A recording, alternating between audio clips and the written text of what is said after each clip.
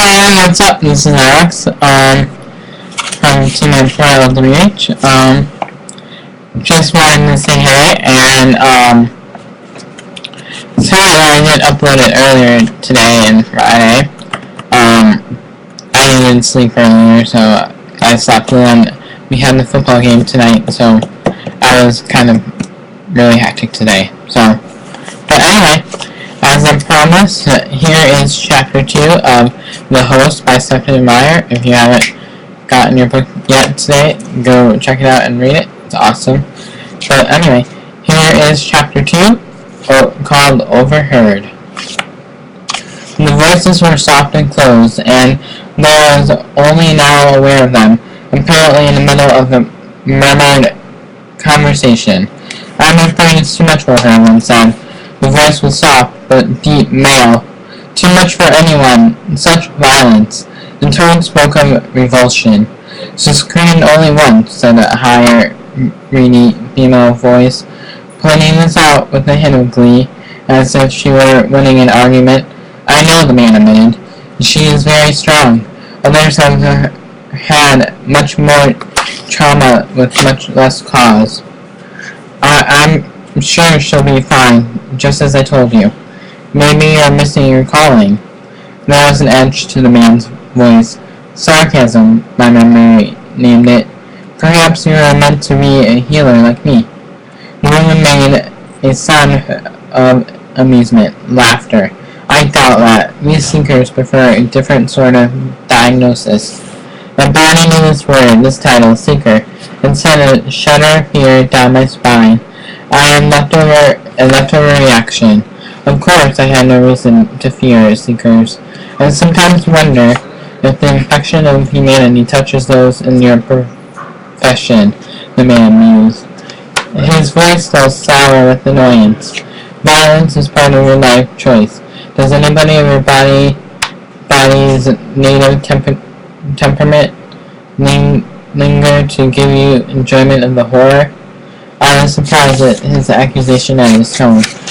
This discussion was almost like an argument, something my host was familiar with but that I never experienced. The woman was defensive. "We do not choose violence. We face it when we must. And it's a good thing for the rest of you that some of us are strong enough for the unpleasantness. Your peace would be shattered without our work. Once upon a time, your vocation will soon be obsolete, I think." The error of that statement lies on the bed there. One human girl, alone and unarmed. Yes, quite a threat to our peace. The woman breathed out heavily a sigh. But where did she come from? How did she appear in the middle of Chicago, a city long since civilized, hundreds of miles from any trace of rebel activity? Did she manage it alone? Did she listen to the questions without seeming to seek an answer, as if she had already voiced them many times? "That's your problem, not mine," the man said. "My job is to help this soul adapt herself to her new host without unnecessary pain or trauma, and you are here to interfere with my job." Still slowly surfacing, acclimating myself to this new world of senses. I understand only now that I was the subject of the conversation. I was the soul he spoke of. It was a new connotation to the word, a word that had meant many other things to my host. On every planet we took a different name. Soul, I suppose it was an apt description, the unseen force that guides the body. The answers to my questions matter as much as your responsibilities to the soul. That's debatable. There was a sound of movement, and her voice was suddenly a whisper. When will she become responsive? The sedation must be about to wear off. When she's ready, leave her be. She deserves to handle the situation however she finds most comfortable. Imagine the shock of her awakening. Inside her bubbles endured to the point of death in an escape attempt. No one should have to endure such trauma in times of peace. His voice rose with the increase of emotion. She is strong, the woman's tone was reassuring now. She see how well she did with the first memory, whatever she expected, she handled this. Why should she have to? The man muttered, but he didn't seem to expect an answer. The woman answered anyway. If we are to get the information we need being your word, I would choose the term want. Then someone must take it on the unpleasantness. She continued as if he had not interpreted, and I think from all I know of this one, she would accept the challenge if there had been any way to ask her. What do you call her? The man didn't speak for a long moment.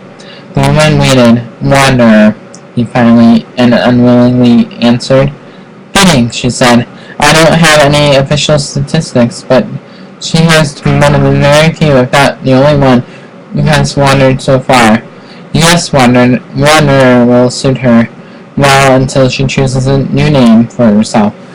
He said nothing. Of course, you may assume the host's name. We found no matches on record for the fingerprints or retinal scan. I can't tell you what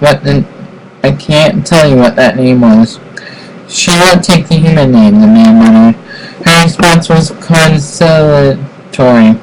Everyone finds comfort their own way. This wanderer will need more comfort than most, thanks to your style of seeking. There were sharp sounds, footsteps, the counter against the hard floor. When she spoke again, the woman's voice was across the room from the man. You would have reacted poorly to the early days of this occupation, she said. Perhaps you react poorly to peace. The woman laughed, but inside herself there was no real amusement. My mind seemed well adapted to hearing the true meaning from tones and inflections. You do not have a clear perception of what my calling entails. Long hours hunched over files and maps, mostly desk work, not very often the conflict or violence you seem to think it is. 10 days ago, you were armed with killing weapons, running this body down. The exception, I assure you, not the rule. Do not forget the weapons that discuss you are turned on are kind. Rivalry seekers have not been vigilant enough. But humans kill us happily whenever they have the ability to do so. Those who let lives have been touched by the hostility see us as heroes. You speak as if a war were raging.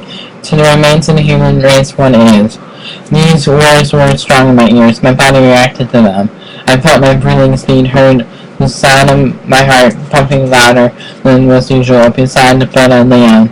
A machine register that increases with a muted beeping. The healer and the seeker were too involved in their disagreement to notice, but one that even they must realize is long lost. They are outnumbered by what? 1,000,000 to 1? I imagine you would know.